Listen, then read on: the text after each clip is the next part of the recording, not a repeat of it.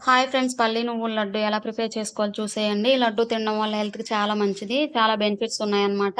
Gas వెలిగించుకొని ఒక బాండీ పెట్టుకొని, అందులో ఒక ½ కిలో నువ్వులు తీసుకొని, లైట్‌గా ఫ్రై చేసుకొని పక్కన పెట్టుకోవాలన్నమాట. ఒక పావు కిలో పల్లీలు కూడా వేసుకొని, వీటిని కూడా లైట్‌గా ఫ్రై చేసి పక్కన పెట్టుకోవాలి. ఓ 10 నిమిషాలు ఆరనివ్వాలి. ఆరిన తర్వాత వీటిని కొంచెం కొంచెంగా మిక్సీ జార్‌లోకి తీసుకొని పౌడర్‌లా చేసుకోవాలి.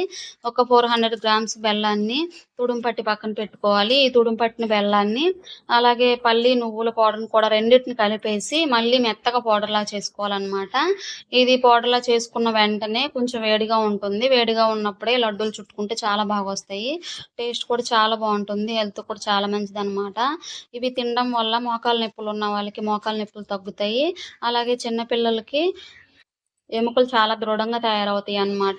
ఎవరికైనా హెల్త్‌కి చాలా మంచిది. మీరు కూడా ఒకసారి ట్రై చేసి చూడండి. వీడియో నచ్చితే తప్పకుండా లైక్ చేసి ఛానెల్‌ని సబ్స్క్రైబ్ చేసుకోండి.